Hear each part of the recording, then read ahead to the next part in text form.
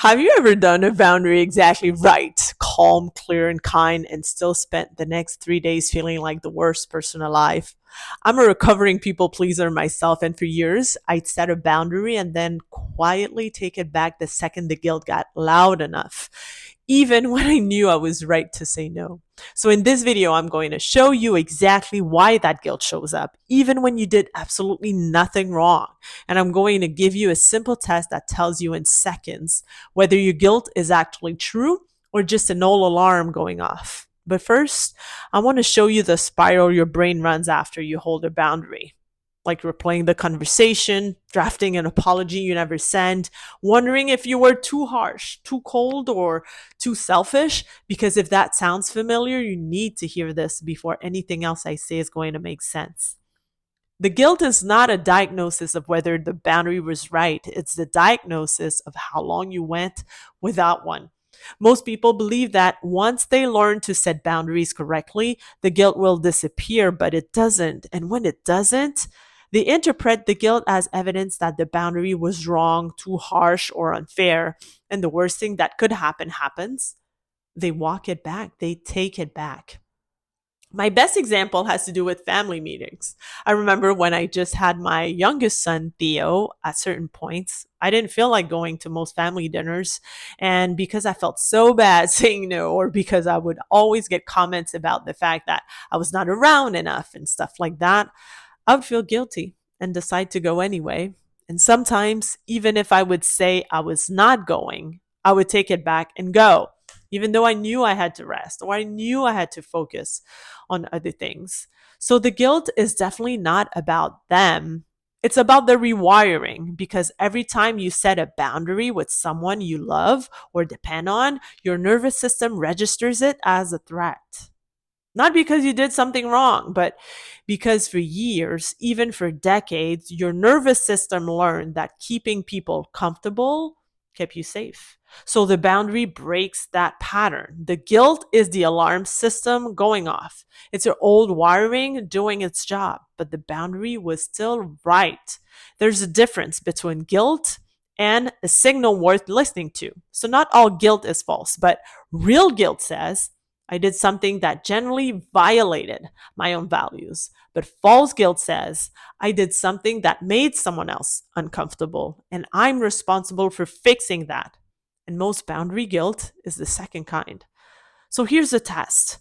Do you think that a person who loves and respects you would be upset by this boundary, or would they understand it, even if it was inconvenient to them? So the answer tells you whose discomfort you're actually managing. By the way, if you just ran that test in your head and a specific boundary with a specific person came to mind, put it in the comments below and I read every single one of them. I promise you're not the only person about to name that exact same person. And also remember that you were trained to feel guilty for having needs. That's a big part of it, especially around people that you want to please. They've actually trained you, and sometimes it's not even intentional. Right? Whenever you do something they don't agree with, they make you feel bad about it. And sometimes you actually believe you're a bad person for having boundaries. So you tend not to set them.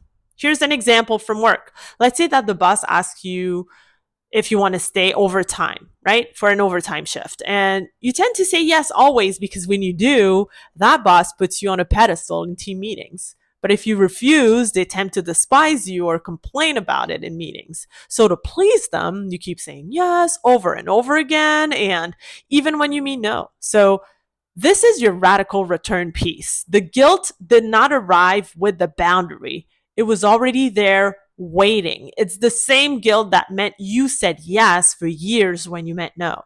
So the boundary did not create the guilt. It revealed it, which means the work is not to set boundaries. It's to examine the belief underneath the guilt, that your needs are an imposition, that love requires self-sacrifice, that taking up space is something you have to earn or something. Here's the people pleaser specific version of boundary guilt.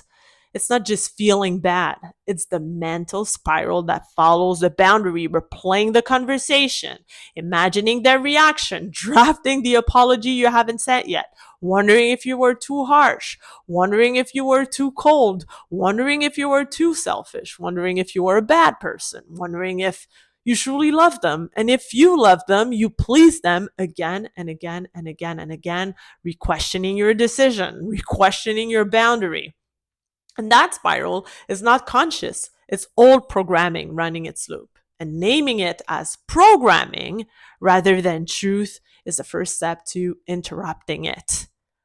So, quick one here. If that spiral sounds exactly like your last 3 days, tell me in the comments because I want to know I'm not describing this and to avoid.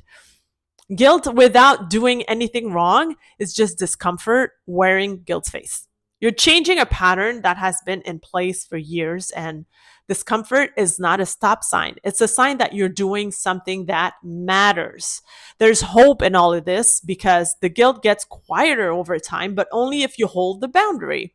So every time you walk back a boundary because the guilt became too uncomfortable, what you teach your nervous system is that the alarm works and the guilt gets louder and louder and louder each and every single time.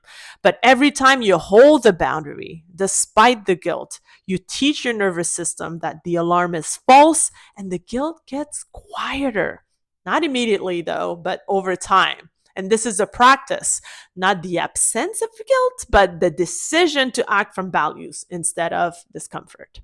So if you've ever held a boundary and then spent 3 days feeling like the worst person alive, drop a heart below because what you're about to hear next is exactly what you needed someone to say to you in that moment. Revoke the belief that your discomfort after a boundary means the boundary was wrong. Return to the truth. You said it because something in you finally decided that you were worth protecting. And the guilt is the old version of you grieving the role.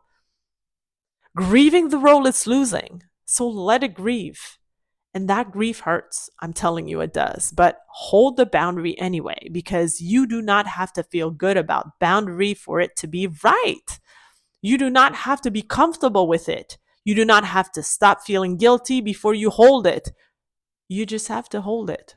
The feeling follows the action, not the other way around. And every time you choose your truth over your discomfort, you make the return a little shorter and a little easier. This is your radical return to self.